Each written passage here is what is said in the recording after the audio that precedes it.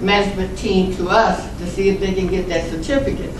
But what it is a certificate that basically teaches you a general understanding of, from the beginning to the end of manufacturing. And so we have 20 people that just graduated from that class. It's an 8-week class. And of that 20, 18 are already placed in jobs. One of them went and took a test for a scholarship. Scholarship is one of our major companies. Put out a scholarship, so we would like to scholarship one of yours to start work with us, and we would manage their career through our company. This woman aced everybody who applied for it. She went through our class, and this guy that went through our class came in second for us. They decided to take both of them, and they both have these scholarships. And I mean, the scholarship alone is worth over $60,000. So they are already moving on. The issue for me is we cannot keep training people for entry-level jobs all the time. That we need to have aspirations and say, look, we'll take it to another level. There's no reason why this woman had an associate degree being a waitress.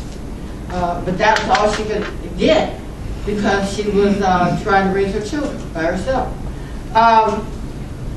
Critically, we gotta stop this whole sequestration of cutting social services. We can't keep saying poor people are the victim. We can't victimize them continuously. And so you think by cutting the safety net, you're doing them a favor, you're not. You're also cutting services for mental health. In a country that's supposed to be so progressive, we are regressive. If you look at the federal budget, we're killing people ourselves. We're creating poverty ourselves. I went to Israel for 8 weeks in November. And it was fascinating that there was this one belief that this social worker had, and they have a wonderful network, but this one social worker had this mom who was making about $20,000 a year. And she was definitely receiving a lot of benefits. And one day she came in and the social worker changed on her and said, you know, what are you doing to try to help yourself financially? And she looked at her and she said, I bake bread. And she said, I bake bread in my house, and I'm known for my bread, so I've been baking it and selling it. And she said, how much would it take for you to make a higher amount of money to help sustain your family? And she told her, she said, but I can't do it because I can't buy the ingredients, and I can't keep using my stove because then my utilities will go up, and the landlord may kick me out if I can't pay that utility bill. So she said, here's what I'm going to do. She said, there's a church 2 blocks from you. I'm going to ask them, can you use their kitchen for a while? And she said, there's a little store in the corner. I'm going to see if you buy your bread and sell your bread. And this is a social worker saying, I'm going to help you to move yourself off of welfare. And this woman ended up going to that church, negotiating with the church, hiring her sister and 2 of the neighbors. The store sold out of the bread and kept calling for more and was able to get other contracts. And the social worker did this. This person figured it out. So I got to get her off of this. And so now the woman was making her own way in life because somebody reached out and said, let's do it this way. They didn't enable her, they empowered her to go ahead and do. But the government did not cut her off the day that she sold her first loaf of bread. They brought her down, but they didn't take her all the way off until she finally got where it balanced out, where it all leveled out. So our system said if you, the first day, you take a raise or you take something that takes you off or a promotion, you're out of here. And believe me, when you calculate how much child care and food stamps and rent subsidies add up to, you won't take a chance on taking that raise. And many companies will say, okay, I offered it to you, you didn't take it, and fine, because that means I don't have to increase my salary or my cost. And we have to figure that out. I wish the company would say, tell you what, so that you can just be brought down. I'll put the money I want to give you extra into a 403K or a 403B, or we'll invest it into something else until such time that you start moving yourself up. Or I'll invest it in your education so that you can move up 3 or 4 tiers that would take you totally off of it. Corporations need to think like that, and that's what they're doing there. And I was so impressed with talking with some of the business people and talking with the social system that they truly believe that people should have a livable wage and be able to make sacrifices to advance themselves, and they help them do that. The other one that I think we really need to take advantage of and start working on is in mass incarceration. When you start arresting up people from the minor item, you realize that when they come out, they're not able to get a job. Many companies won't take them because they got that mark on them. More importantly, many of them come out owing a debt that they know they cannot pay. That debt is child support. So they come out owing child support. They stay away from the family because, hey, I don't want to be, I'm not embarrassing myself, I'm not going to have you have me arrested. I don't want to go that way, so they stay away from that family. We have just disconnected a whole family and emasculated a person that could have helped brought some income and revenue into that home. We have to look at what incarceration is doing to the fibers of our families and our community. And unfortunately, the minority community is affected the worst. That's the reality, and that's what it is. I think we also have to invest in our early childhood and our child care facilities. We really need to advance early education. You've got to start earlier. We have kids right now, 6th and 7th grade, that still can't read. That's a travesty. We have to look at starting early, because one thing about Head Start only serves 42% of the children that are eligible for the program. Why? Because we're not getting funded for 100%. We're only getting funded for that amount. We have to start bringing these programs to scale. I am not a proponent of creating new programs until you make sure that the ones that you have are functioning and are working at the highest level. And I think we need to get serious about that. And we're already ready to start something new. Do that. We cannot do that. We gotta make sure that we bring the right ones to scale and that we do what is right.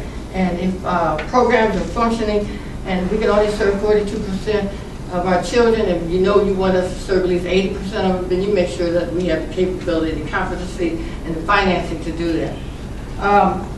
Here's one I get in trouble on, but I stand on it, and I work really hard in this area. We have to tackle segregation and concentrated poverty. You cannot allow us to have communities that we already know that are oversaturated with low income and allow that to just stay and not invest in those communities and change that whole culture and climate of that community. I was looking at this young man on TV the other night, and he did a poem, and he lived in a housing development, low-income housing, and he did a poem about how beautiful it was. And when you look at it, it wasn't. You know, swing set room, working the basketball court all tore up. But what he saw in this poem was the front yard, the backyard, and he saw beautiful things, flowers, and a painted house, and he even saw a fence in his poetry. We have to invest in our community and stop allowing that poverty is concentrated and that we're segregating our own community. We are segregated. Cincinnati is segregated. Believe me when I say that. We are segregated, and we don't want to hear it, but the truth is the truth. Where they want to put greater things, just follow the money. And then other communities still get disenfranchised. And the burden is really on the people that live in those communities. They're targeted. Oftentimes they're not allowed to advance because of where they live. A lot of times you have families that are afraid to come out of their own home because of where they live. And so they don't go any farther than where they are.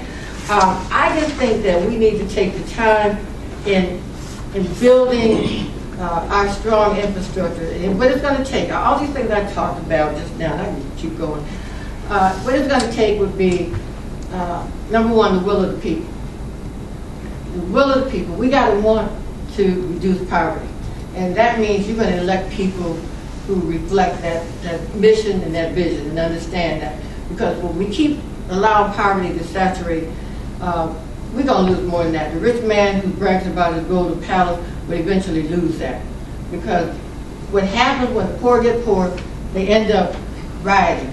How community action was created was that Martin Luther King was doing the civil rights movement. They was moving. But the poor were saying, but we're not a part of this movement. We're the ones getting bitten by the dogs and hold us down. We're still washing our clothes in the Mississippi River. Where are we? We're tired. We're getting ready to just rise up. And Martin knew that if they rose up, it would derail the civil rights movement. It would derail everything that they had been working on. So they had to create a venue for the poor. So they sat down with Linda Bain and created the Community Action Agency. And so all across the nation, here we are, and we were established to at least give them an infrastructure, give them support, empower them to have some say in their own lives. We can't allow people to rise up when we have all the wherewithal to do something about it.